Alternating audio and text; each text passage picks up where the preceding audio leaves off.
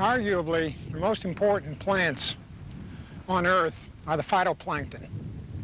These are small microscopic plants, generally single-celled, free-floating, that occur in all of the water on this planet. Oceans, lakes, ponds, rivers, whatever. They occur in just countless numbers, billions upon billions upon billions of phytoplankton. They're composed primarily of a group known as the diatoms. These are the most important. But they also include other kinds of single-celled or simple algae, such as the green algae, the photosynthetic blue-green bacteria, and the dinoflagellates. In the oceans around us, these phytoplankton occur throughout the oceans. Their greatest numbers are in areas where water tends to be cooler and water that is nutrient-rich. The currents in the oceans have a great deal to do with what types and how much phytoplankton is present. Surprisingly, in the oceans, probably the greatest concentration of planktonic organisms are in the Arctic areas, in the Arctic Circle and in Antarctica, where nutrient-rich currents keep very, very high populations present almost all of the time. Even though the water is very cold, they're still very active photosynthetically. Phytoplankton are also very important in lakes. In lakes, basically the same type of microscopic plants dominate the phytoplankton population. Plants such as the green algae, as we've mentioned previously, the diatoms, the blue-green bacteria, and again the dinoflagellates also in some habitats can make a significant contribution. Now remember, we're talking about microscopic plants. You look at the water behind me and say, well, geez, there's nothing growing there. It's not like tomatoes or a cornfield where the plants are very obvious. If you were to take a sample of that water and look at it through the microscope, you'd see that it was teeming with these small microscopic plants. And they do support all of the other life in these lakes. That's something we'll talk about in a few moments. Now, in contrast to the oceans, where currents are more important in terms of nutrient cycling in lakes, that is, the nutrients that are necessary for these plankton, these phytoplankton to survive on, is very much a lake-to-lake phenomena, depending on the substrate, whether it's nutrient-rich or relatively nutrient-poor, and a seasonal kind of effect on nutrient distribution. That's because, in contrast to oceans, lakes go through a stratification and an overturn cycle within a 12-month period. That is, an annual set of cycles. Now, without going into any great detail, lakes stratify on the basis of different water temperatures from top to bottom, which changes the density or the heaviness of the water. Now, during the summer months, when the surface of the lake warms up, and obviously, as you know, it gets up into the 70s, the water at the very bottom of the lake, maybe 100, 200 feet deep, is very, very cold. That's because cold water is the heaviest water, so it stays at the bottom. So you have a tremendous change in water temperature from top to bottom. This also means a change in density, and this change in density, or the heaviness of water, prevents it from mixing. So that as these phytoplankton that are near the surface, of course they're going to be near the surface because they need light for photosynthesis, as they die and decompose and settle to the bottom, they take all of the nutrients, the nitrates and phosphates, etc., down to the bottom. Now this lays on the bottom and remains there all summer because it can't be cycled back to the top. But in the fall, as this lake cools off and the temperatures get closer and closer to what they are on the bottom, then that density difference is removed, and so is the barrier to mixing. So that any wind action will set this whole lake into a violent mixing action known as overturn. This overturn brings all the nutrients back up to the surface. Now that nutrient availability is not that important in the fall because it's getting colder. We're going into winter. But exactly the same thing occurs in spring. That is, a lake gets to be about the same temperature from top to bottom, and the violent winds in March, for example, one of our windiest months, bring all of those nutrients back up, making them available at the surface again for the phytoplankton populations. Well, just like you fertilize your garden, you fertilize these phytoplankton populations and they'll undergo a massive bloom. Sometimes lakes turn almost a pea green in late spring, early summer from these blooms of phytoplankton. Why are phytoplankton so important? Well, basically for two reasons. First, as I mentioned, they form the base of the food chain. Whether we're talking about oceans or lakes, all of the water on this planet, basically, most of the life in those habitats, whether it's crustaceans or fish, whatever, rely on phytoplankton as the ultimate source of food energy, a basic food chain.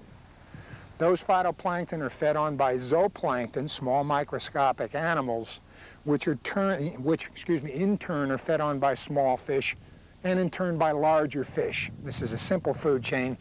Actually, there are many, many food chains going on, very complex things called food webs.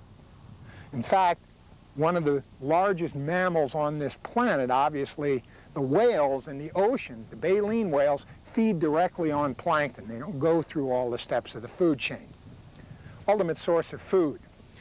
But remember, these phytoplankton also provide us with most of our oxygen. In fact, they estimate that anywhere from 60 to 80% of the oxygen that we need to breathe is produced by phytoplankton, especially the billions in the oceans. We're greatly concerned about ozone depletion because they found in areas where there is a hole in the ozone layer, the Antarctic area, there's a 30% decrease in phytoplankton populations. Obviously, in terms of oxygen, this could affect our survival. Next group of algae we want to discuss are the complex multicellular algae in Long Island Sound and the ocean around us, with all of the marine algae growing on the rocks in front of me, is a perfect place to discuss this. Most of the multicellular saltwater algae are members of brown algae. Now, the brown simply refers to the dominant, the color of the dominant non-photosynthetic pigment. In this case, obviously, it's a brown pigment. But there are other multicellular types of algae other than the browns. Most of those belong to either the green algae group or the red algae group. But we'll concentrate our discussion primarily on the brown algae.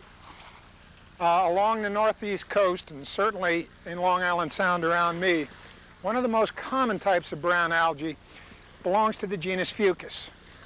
As you can see right at my feet, here's a Fucus plant that I just pulled off the rock. In fact, we'll talk about what held it on the rock in a moment. If you look at this plant, you'll see that it has leaf-like structures called blades. These are their photosynthetic organs. There are short stem-like structures that are called stipes. And right at the very base of the plant, what was holding that onto the rock are root-like structures called holdfasts. It's a very functional name. It holds the algae fast to the rock. You'll notice I didn't use the terms leaf, stem, and root.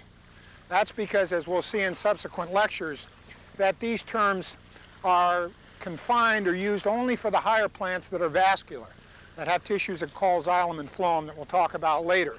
So these are root-like, stem-like, and leaf-like parts. Another group of brown algae that are very dominant on the oceans in this planet are a whole collection called kelp. These are algae that most people just simply refer to as seaweed. You see big, huge strands of this brown algae washing up on the beach. Kelp grows, as I mentioned, throughout the oceans, especially in warmer water areas. There are huge beds of kelp all around the band of the equator around the world. In some areas, it creates huge forests of vegetation. Kelp can grow up to 150 feet in length. Very, very long stipes, huge blades, often 25 or 30 feet long. That is, those leaf-like photosynthetic organs floating and undulating on the surface of the ocean. One of the areas that you find kelp in huge abundance is in an area called the Sargasso Sea. And in fact, the dominant kelp in that area belongs to the genus Sargassum, named after the sea or vice versa. Now the Sargasso Sea is a fairly renowned area for a couple of reasons. The Sargasso Sea is right in the middle of the Bermuda Triangle. As you know, that area where many ships and planes have disappeared, and the stuff of which legends and myths are built. This is a sea that's becalmed because of winds and currents that die in this huge Sargasso Sea area. It's also renowned because all of the American eels in North America, on the east coast of North America, go to the Sargasso Sea to spawn. That is, all of the eels from the Hudson and the Susquehanna and the Delaware River, all of them go on an annual migration to the Sargasso Sea, spawn, millions of them spawning, and the young swim back to the rivers along the northeast coast. Now there's another group of algae that I want to discuss that aren't complex marine multicellular forms. They are saltwater forms, but they're single-celled microscopic organisms. This is a group of algae called the dinoflagellates. Now the dinoflagellates are part of the phytoplankton population that we've already previously discussed. These dinoflagellates, though, on occasion undergo huge blooms, that is, population explosions. This has been exacerbated, that there have always been blooms, but they've been exacerbated by the dumping of sewage, farm fertilizer, lawn and garden fertilizer into our rivers, all of these nutrients being dumped into the bays and along the coastline in the continental shelf area. Well, what this has caused is a tremendous enrichment of these dinoflagellates so that now these blooms are massive. They're huge blooms called tides. There are two types, red tides and brown tides. Now again, this deals with the basic pigment of the dinoflagellate. In Long Island Sound, as I mentioned, where we are today, the brown tides are what are dominant. And at times, those tides, those blooms are so massive that they block out light and cause suffocation of all the other plant types, and a lot of fish, shellfish, that is mollusks, crustaceans die because of it. Now, these tides also, many of them are toxic, especially the red tides. Now, the red tides are found further south, very heavily along the southern Atlantic coast, the east coast of Florida, and the Gulf of Mexico. And as I mentioned, many of these tides are toxic, so that when the dinoflagellates die en masse, as they will, they have a very short lifespan, they release toxin into the water. Now, this toxin is often very lethal to aquatic organisms, especially fish, and very often huge fish kills result from the toxin. We, as humans consuming fish, and especially crustaceans and mollusks, have to be very careful, because things such as clams and oysters and mussels bioaccumulate that toxin, so that when we eat them, we're eating huge amounts of this toxin released by the dinoflagellates. And as I mentioned, it can make us very sick, and there have been many cases of people dying from the toxin associated with these tides. Another unusual thing about the dinoflagellates is that many of them are bioluminescent. Now, that's a big term, but simply means they have a chemical called phosphorus that emits light. Phosphorus is the key to this. And at night, on a calm ocean, when there are huge masses of these dinoflagellates near the surface, it creates an eerie glow over the entire surface of the ocean. I've seen it when I've been out fishing 50 miles off the coast, and it is rather spectacular and very strange.